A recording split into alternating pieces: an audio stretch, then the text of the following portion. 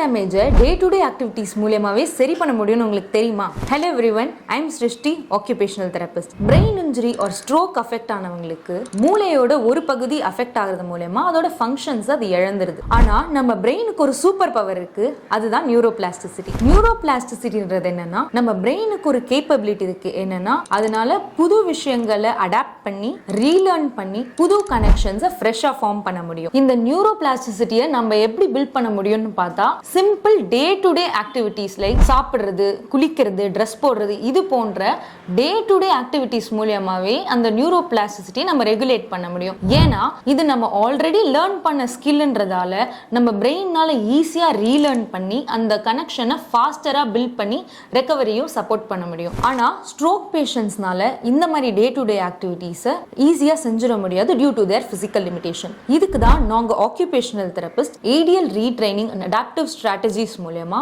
அவங்களுக்கு day to day activities எப்படி ஈஸியா செய்ய முடியும் ட்ரெயின் பண்ணி அவங்களுக்கு இண்டிபெண்டன்ஸும் கொடுக்குறோம். அதே சமயத்துல அவங்க பிரெயின் ரெக்கவரிக்கும் ஹெல்ப் பண்றோம். இந்த வீடியோ யாருக்கெல்லாம் யூஸ்ஃபுல்லா இருக்கும்னு நினைக்கிறீங்களோ அவங்களுக்கு இந்த வீடியோவை மறக்காம ஷேர் பண்ணுங்க.